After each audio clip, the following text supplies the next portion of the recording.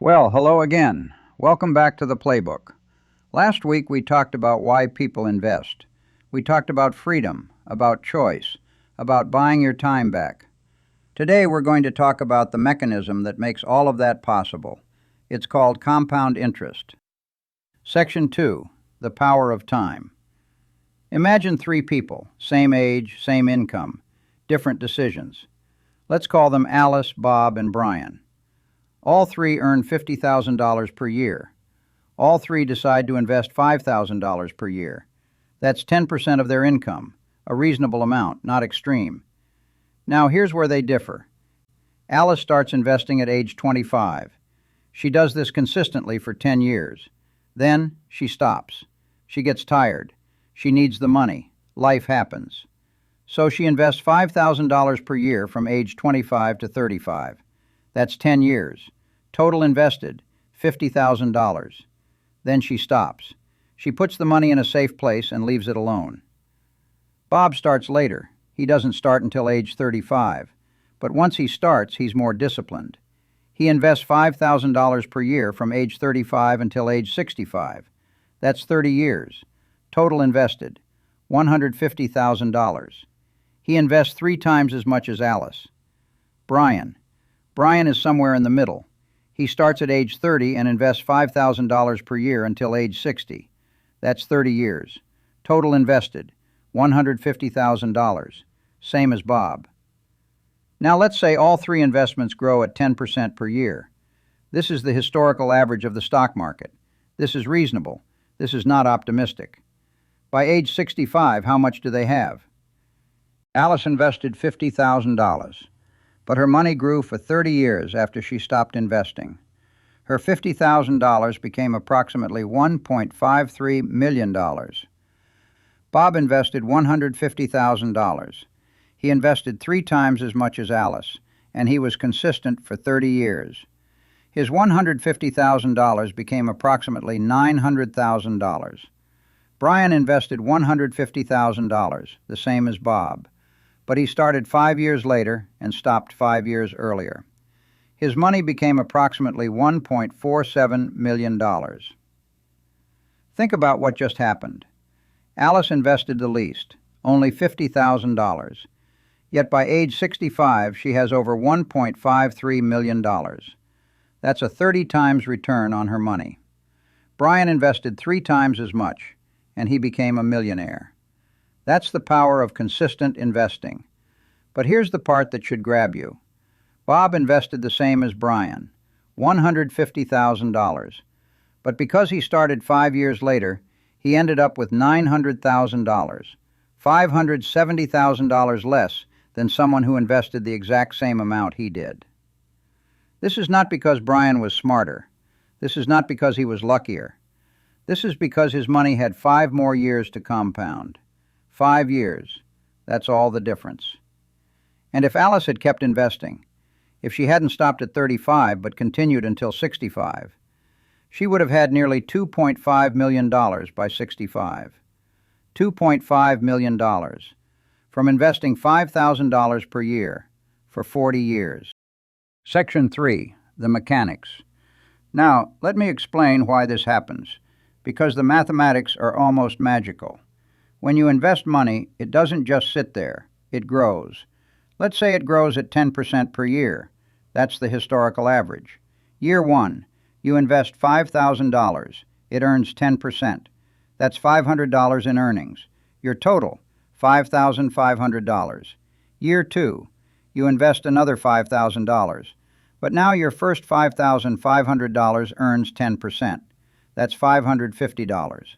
Plus your new $5,000, your total, $11,050. But here's the key part. Your earnings are earning earnings. Year 3, your $11,050 earns 10%. That's $1,105 in earnings, plus your new $5,000, your total, $17,155. Do you see what's happening? The earnings are compounding. They're growing on themselves. In year 1, you earned $500. In year 3, you earned $1,105. You didn't put in more money, but you earned more than twice as much. because your previous earnings are now working for you. This is compound interest. This is the eighth wonder. It's not linear, it's exponential. In the early years, it looks slow, boring even. Your money is creeping up. Year 1, year 2, year 3. You're thinking, is this worth it? Is this actually doing anything? But then something happens. Around year 15 or 20, the money starts accelerating. The growth speeds up. The earnings start compounding faster and faster. By year 30, your money isn't just growing. It's growing rapidly, explosively almost. And the later years become worth more than all the earlier years combined. Let me show you with actual numbers. If you invest $5,000 per year for 40 years at 10% annual growth, years 1 to 10, you'll have about $69,000. Years 1 to 20, you'll have about $316,000. Years 1 to 30, you'll have about $1.06 million. Years 1 to 40, you'll have about $2.84 million. Look at those numbers. In the first 10 years, you get $69,000. In the next 10 years, years 11 to 20, you go from $69,000 to $316,000. That's a $247,000 gain in a single decade. In years 21 to 30, you go from $316,000 to $1.06 million. That's a $744,000 gain. In years 31 to 40, you go from $1.06 million to $2.84 million. That's a $1.78 million gain. The last 10 years produce more wealth than the previous 30 years combined. This is compound interest. This is why time is more powerful than income. Section 4. Time versus effort. Now here's something that most financial advice gets wrong. They tell you, invest more, save more, cut your expenses. These things are helpful, but they're not the secret. The secret is time.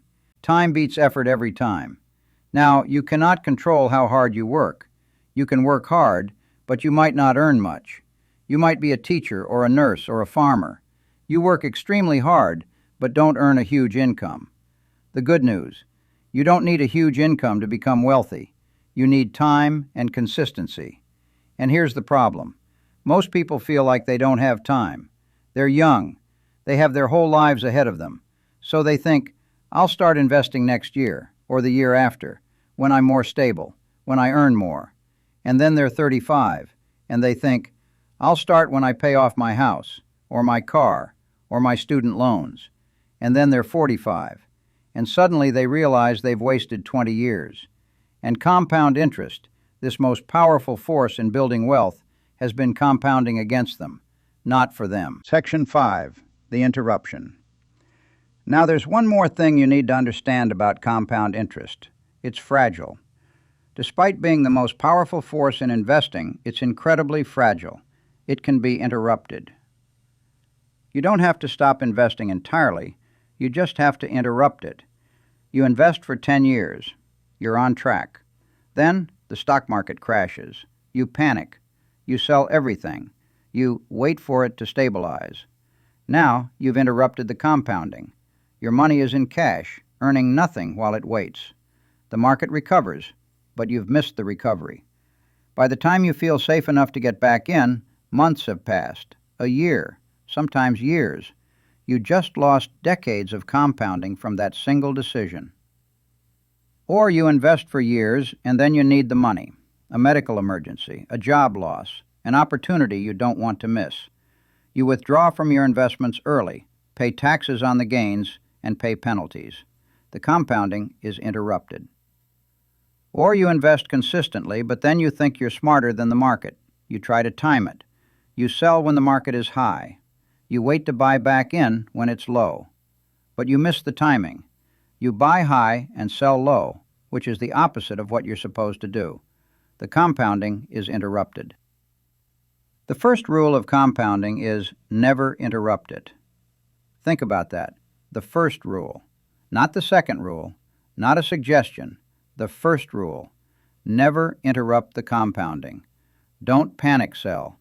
Don't try to time the market.